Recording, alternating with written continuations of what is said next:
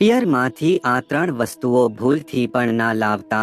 મિત્રો, આ વિડીયોમાં આજે મહત્વપૂર્ણ જાણકારી આપવાના છીએ, એવી ખૂબ મહત્વની જાણકારી દેવાના છીએ કે જે સ્ત્રી તેના પિયરમાંથી આ વસ્તુઓ લાવશે તો તેના ઘરની બરબાદીનું કારણ બનશે।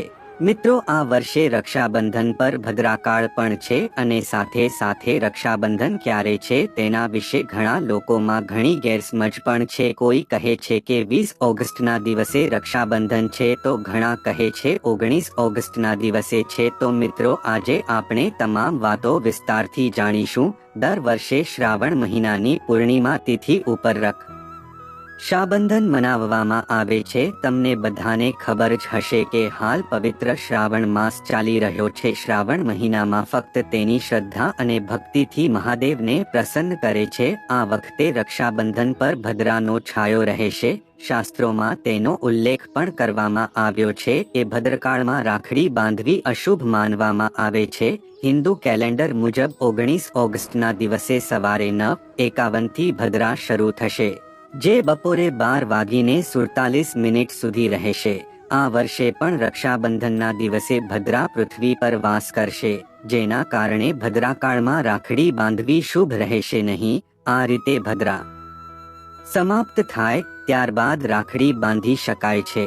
રાખડી બાંધવાનો શુભ સમય બપોરે 1:30 થી લઈને રાત્રે 9:08 સુધી રાખડી બાંધવાનો શુભ અને શ્રેષ્ઠ સમય રહેવાનો છે। મિત્રો, કહેવાય છે કે ભદ્રાકાળમાં જ રાવણે તેની બહેન આગળ રાખડી બંધાવી હતી, જેના કારણે રાવણનો અને તેના સામ્રાજ્યનો 1 વર્ષમાં જ વિનાશ થયો હતો।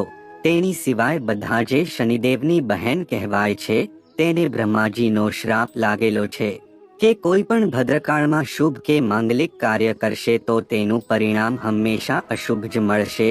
તેથી ભૂલથી પણ કોઈ બહેન તેના ભાઈને ભદ્રકાળમાં રાખડી ના બાંધે। જ્યોતિષ અનુસાર એવા સંયોગો પણ બન્યા છે। 90 વર્ષ પછી રાખડીનો આ તહેવાર ખૂબ ખાસ છે, કેમ કે વૈદિક કેલેન્ડર અનુસાર રક્ષાબંધનના દિવસે સર્વાર્થ તે સિદ્ધયોગ, રવિ યોગ, શોભન યોગ અને શ્રવણ નક્ષત્રનો મહાસંયોગ રચાઈ રહ્યો છે। તેથી આ વખતે આ તહેવાર ખૂબ જ શુભ માનવામાં આવે છે। મિત્રો, રક્ષાબંધન ભાઈ અને બહેનનો પ્રેમનો અતૂટ તહેવાર છે। બહેન પોતાના ભાઈને હાથમાં રાખડી બાંધી તેની લાંબી આયુષ્ય અને સ્વાસ્થ્યની કામના કરે છે અને ભાઈ પણ હંમેશા પોતાની બહેનની રક્ષા માટે વચન પણ આપે છે।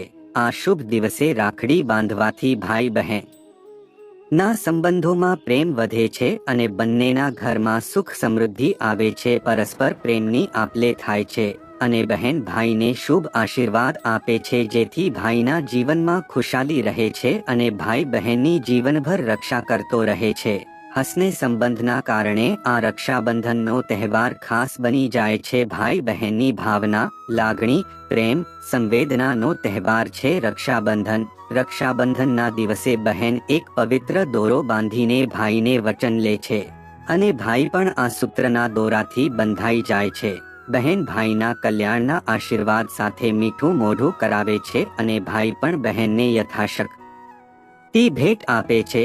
આ રક્ષાબંધનના દિવસે પૂર્ણિમાના દિવસે લોકો યથાશક્તિ પ્રમાણે દાન પુણ્ય કરે છે, તીર્થોમાં જઈને સ્નાન કરે છે। મિત્રો, શાસ્ત્રમાં એવું કહેવાય છે કે પત્નીએ પોતાના પિયરમાંથી અમુક વસ્તુઓ સાસરે ક્યારેય ન લાવવી જોઈએ, નહીં તો તે પતિનું બરબાદીનું કારણ બની શકે છે। એમ પણ બની શકે છે કે પતિ કંગાળ પણ બની જાય છે। દીકરીઓ માટે તેના મા બાપને સપનું હોય છે કે તેની દીકરીને એક સારું સાસરિયું અને એક સારો પ્રેમ કરવા વાળો પતિ મળે, સાસરે તેની દીકરીનો સન્માન કરવામાં આવે, તેનો આદર કરવામાં આવે અને સાસરે ખુશીઓ જ મળે। પરંતુ ઘણી વખત મા બાપ એવી ઘણી બધી ભૂલો કરી બેસે છે જેના કારણે દીકરી અને તેના પતિને જ જીવનભર દુઃખ સહન કરવું પડે છે। દીકરીઓને એવી વસ્તુ આપવાથી જીવન દુઃખતામાં આવી જાય છે। ચાલો હવે જાણીએ કે દીકરી હોય એ રક્ષાબંધન પર કઈ વસ્તુઓ મા બાપ એ ના દેવી જોઈએ અને સ્ત્રીઓએ આ વસ્તુઓ ભૂલથી પણ સાસરે ન લાવવી જોઈએ। મિત્રો, વિડીયોની શરૂઆત કરતા પહેલા આપ સૌને ખાસ વિનંતી છે, વિડીયોને અંત સુધી જોજો અને જો તમે પણ મહાદેવની માનતા હોવ તો કોમેન્ટમાં હર હર મહાદેવ જરૂરથી લખજો અને વિડીયોને લાઈક કરજો, ચેનલને સબસ્ક્રાઇબ કરજો જેથી મહાદેવની કૃપા હંમેશા તમારી પર બની રહે।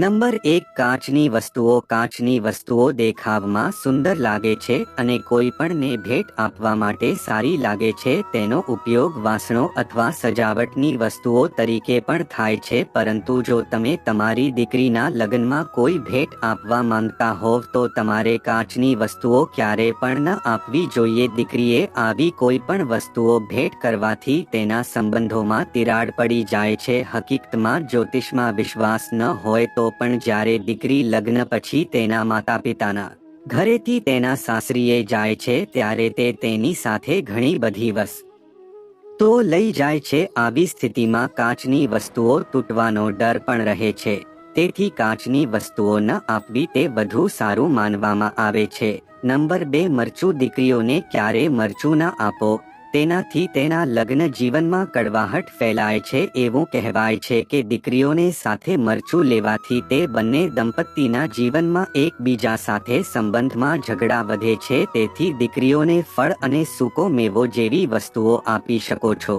નંબર 3, મીઠું। મીઠાનું કામ હોય છે ભોજનને સ્વાદિષ્ટ બનાવો। જ્યારે દીકરીઓ લગ્ન પછી તેના ઘરેથી સાસરે જાય છે તો તેનો ધર્મ શું હોવો જોઈએ?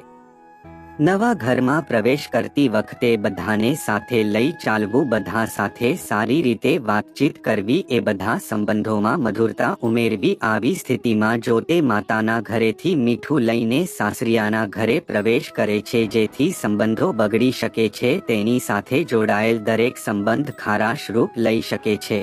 એવું પણ માનવામાં આવે છે કે જો નવી પરણેલી પુત્રવધૂ તેના સાસરિયાના ઘરેથી મીઠું જેવી વસ્તુ લાવે છે તો તેનો સન્માન હંમેશા પિયરના પરિવારના સભ્યો સાથે જોડાયેલું રહે છે, પરંતુ તેના સાસરિયાઓ સાથેના સંબંધો ક્યારે સારા રહેતા નથી, એ સંબંધ ક્યારે મધુર થતો નથી। તેથી દીકરીને વિદાય આપતી વખતે ક્યારે મીઠું ન